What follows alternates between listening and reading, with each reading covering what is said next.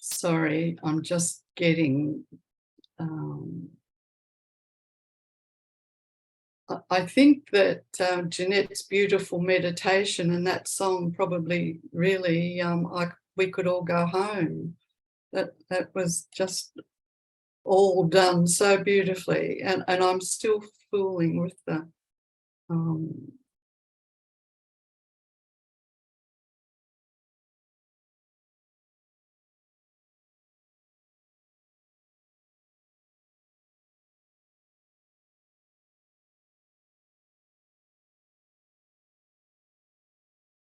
I'll put a little square and yeah, it down.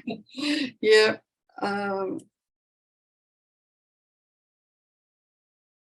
Move it across your screen.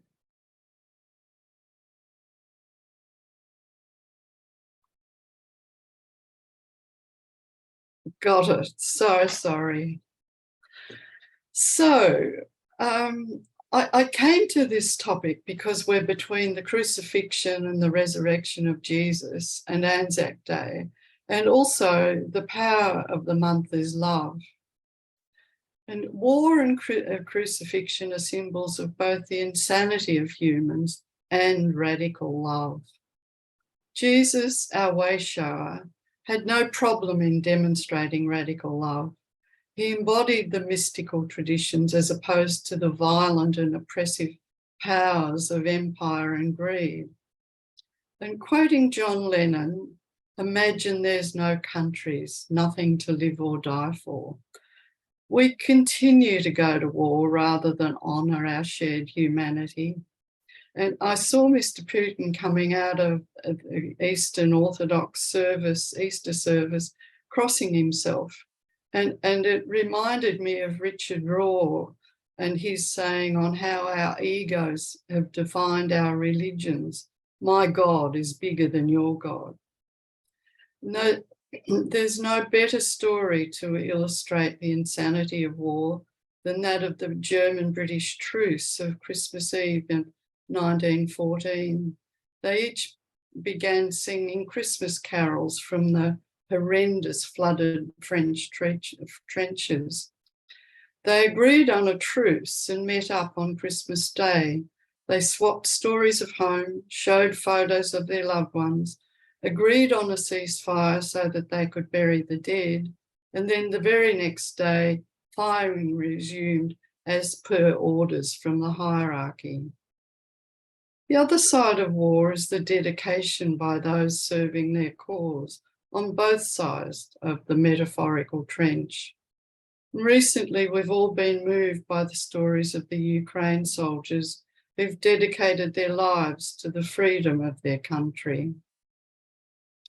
There are numerous stories of bravery, compassion, and love that have overcome the seeming evil of conflict. And I know I've mentioned this before, but Viktor Frankl was freezing, abused physically and mentally in the German prison camp. And he looked up at the sky and he connected with the source beyond human suffering. He thought only of love, and he brought to wife his wife, who he'd only been married to for a few months. And he decided there and then to dedicate himself to supporting his fellow prisoners. And 3 times he was offered to get on a van to go to a better camp, but he decided to remain to honour his promise. And at the end of the war, he found out that his wife had already been dead when he had that sense of her presence. But his decision also saved his life each time he stayed behind, as offers of freedom were actually to go to the gas chamber. My father didn't talk about his war experiences on the Thai-Burma Railway until he was into his 80s, but we learned that as much as possible, no soldier ever died alone. The soldiers bartered anything possible with local Thai people to buy food for the sick, and everything was shared. There was no difference between the soldiers and their superiors in rank, and this was a very Australian ethic. The British hierarchy saved lived separately from their privates. And it's a known fact that the Australian soldiers had the highest survival rate of any other nation on the railway. And we have a picture here of, that's the famous Weary Dunlop operating in those most amazing conditions. And I think that might be Albert Coates with him, and he was my father's hero. So in addition to bartering,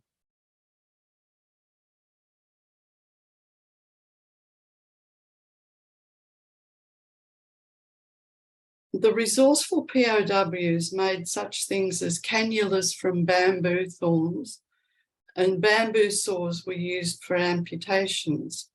Catgut was rarely supplied, but they were able to use silk from RAF parachutes and or locally prepared catgut made from the peritoneum of pigs and animals, cattle.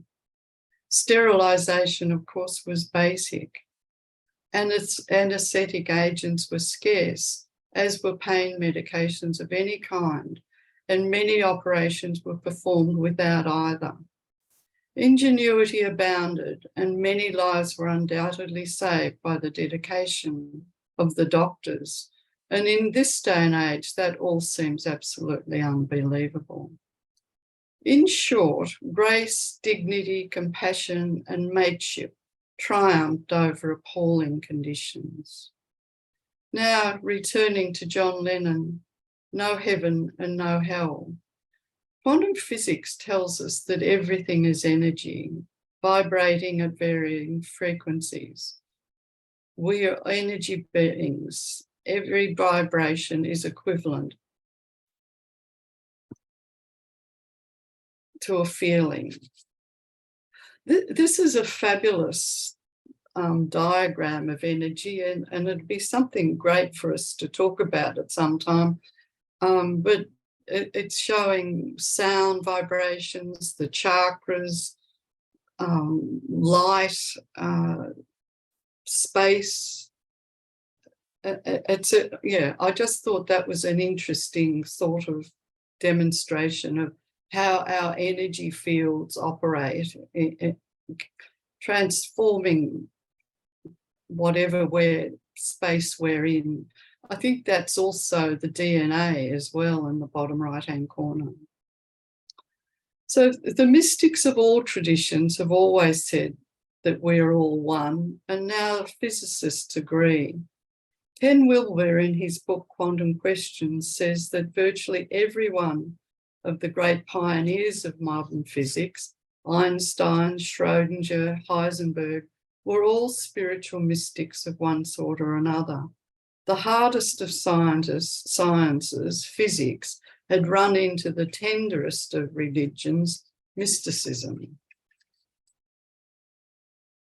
The essence of mysticism is that at the deepest part of your own being, in the centre of pure one awareness, you are one with spirit, one with source, one with all, in a timeless and unchanging fashion. Does it sound extreme? Erdős Schrödinger, Nobel Prize-winning co-founder of modern quantum physics, says, "It's not possible that this unity of knowledge, feeling and choice that you call your own should have sprung into being from nothingness at a given moment not so long ago. Rather, this knowledge, feeling and choice are essentially eternal and unchangeable and one with all sentient beings. Hence, this life you are leaving is not merely a piece of the entire existence, but in a certain sense, the whole, that is the sacred mystic formula, which is simple and clear. I am in the east and in the west. I am above and below. I am the whole world." That sounds so much to me like Jesus in the Gospel of John. Einstein said that we must free ourselves of the optical delusion of separation. Our task must be to free ourselves from this prison. Ken Wilber says, the whole point of meditation or contemplation, whether based on Eastern or Western traditions, is to free ourselves from the illusion that we are separate egos, set apart from each other and eternal spirit. We discovered that once we're released from the prison of individuality, we are one with spirit and with all manifestation in a perfect, timeless, and eternal way. One of my favourite mystics, Teresa of Avila, a 16th century Carmelite nun, a revolutionary, but a doctor of the church as well, was known to go into ecstatic states when she reached a place of union with the divine. She experienced divine love as a golden arrow being pushed through her heart by an angel. Teresa described this as excruciatingly painful and blissful at the same time. And Deepak says that for this reason, she's the patron saint of sufferers. And I never knew that one. On a more down-to-earth note, some people at Joe Dispenza's seminars also reach this state in the seminar of boundless ecstasy. They have their brains monitored during meditations, and attendants are able to see on screens when this is about to happen as the parietal cortex lights up. Deepak describes 7 levels of consciousness and vibrational levels with a view to God to match. And interestingly enough, these seem to me to match the 7 chakra levels as well. So the first level is fight or flight response, and God is protector. At this level, the reflex that sends a mother into a burning house to save a child. The second level is the reactive response. God makes laws and rules over society. And this reflex, Deepak says, fuels stock markets, political parties, and religious conflict. The third level is restful awareness. God brings inner peace. And at this level, we step away from the outside forces. We turn to prayer and meditation. Level 4 is the intuitive response. God encourages human beings to reach their full potential. And here we ask for answers. This state is associated with synchronicity, flashes of insight, and religious awakening. Level 5 is the creative response. God inspires us to explore and discover.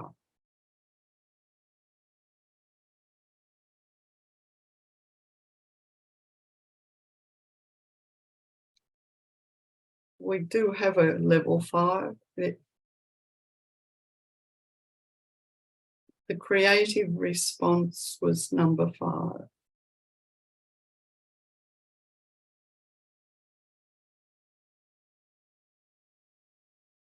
Okay, we'll move on to number 6, the visionary response. Is God who makes miracles.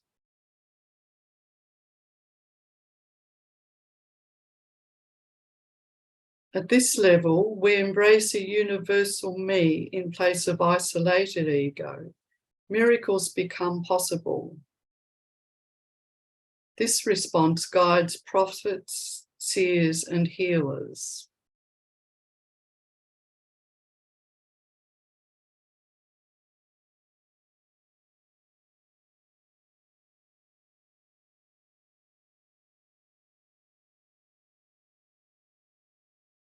In number 7, we're completely, is the sacred response. God brings us back into unity. And we are completely free of limitations. We experience pure bliss, pure intelligence, pure being. And this response marks the fully enlightened of every age and culture. Each of us we have all of these in our nervous system. We're all born with the ability to experience the entire range.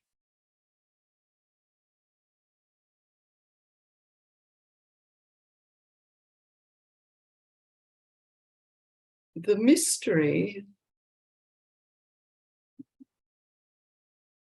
and our purpose is to rise from the animal instinct to, if not sainthood, the best versions of ourselves we can be. We change ourselves, we change the world. As we rise in consciousness, we vibrate at higher frequencies. We feel less anger and separation from others. It's not a simple process. We might have moments of great insight and unity consciousness, and then slip back when someone cuts in front of us on the freeway. And I guess we've all had those flashes. I had an experience when my heart split open during a meditation, and I know that I've shared this with you before.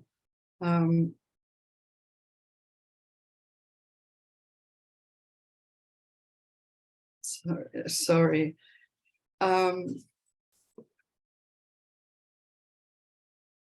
I physically felt the pain of my daughter's husband's separation, that when my daughter and her husband separated. And I felt the pain for Mark, not for him, but as though I was Mark. And I went home and rang him and shared my distress with him.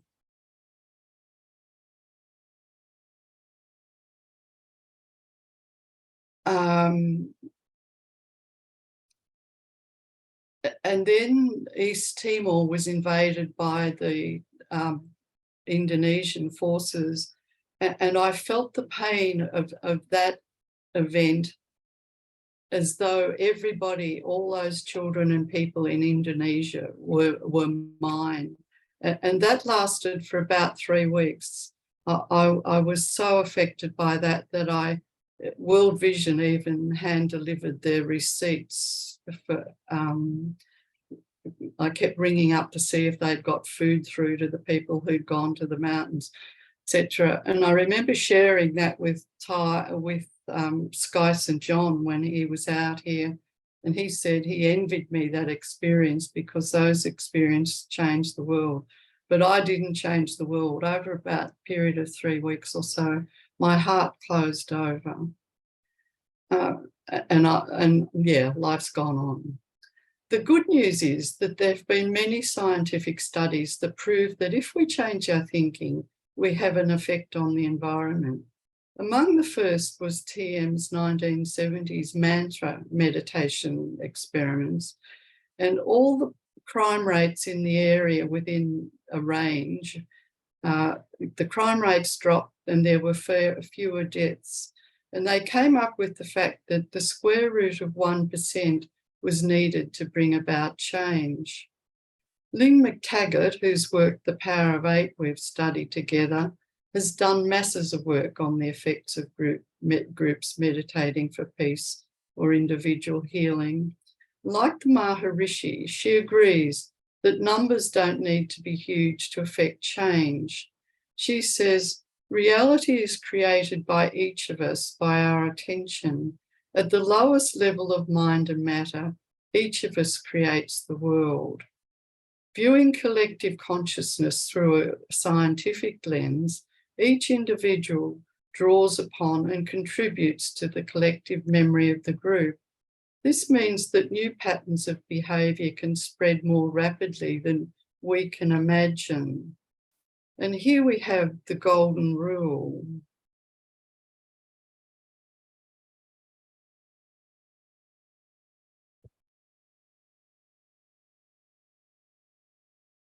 I think, a lovely diagram of the golden rule that shows that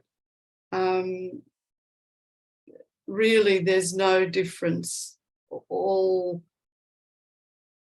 cultures, indigenous cultures, religions, we all have an equivalent to do unto others as you would have them do unto you.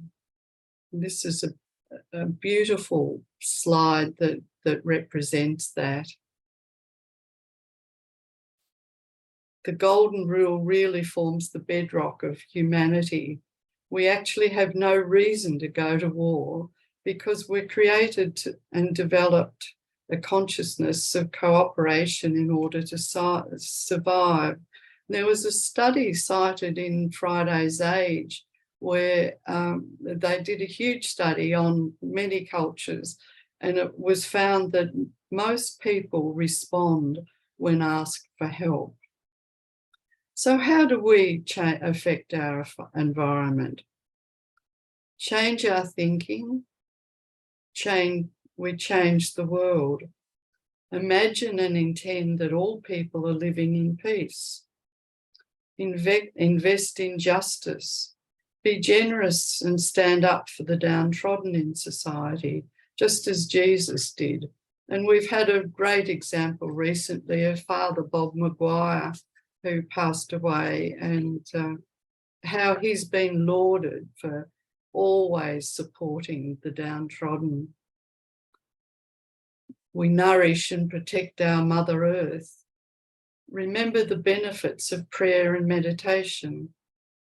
In short, be the embodiment of our belief that the ultimate reality is love. No need for greed or hunger. We share all the world and we live as one, just as Jeanette and John Lennon said. Mirabai Starr, who wrote the fabulous book Wild Mercy, says, whenever we tend to a single strand, we're participating in the care of the whole. When we turn our face away from the suffering of any being and walk away, we're exiling ourselves from our own beloved. And I found this fabulous quote about the Indigenous rainbow prophecy today. And I'm heavily into rainbows, as some of you know. So it says, there will come a day when people of all races, colours and creeds will put aside their differences. They will come together in love, joining hands in unification to heal the earth and all her children. They will move over the earth like a great whirling rainbow, bringing peace, understanding and healing everywhere they go. And so it is. Thank you.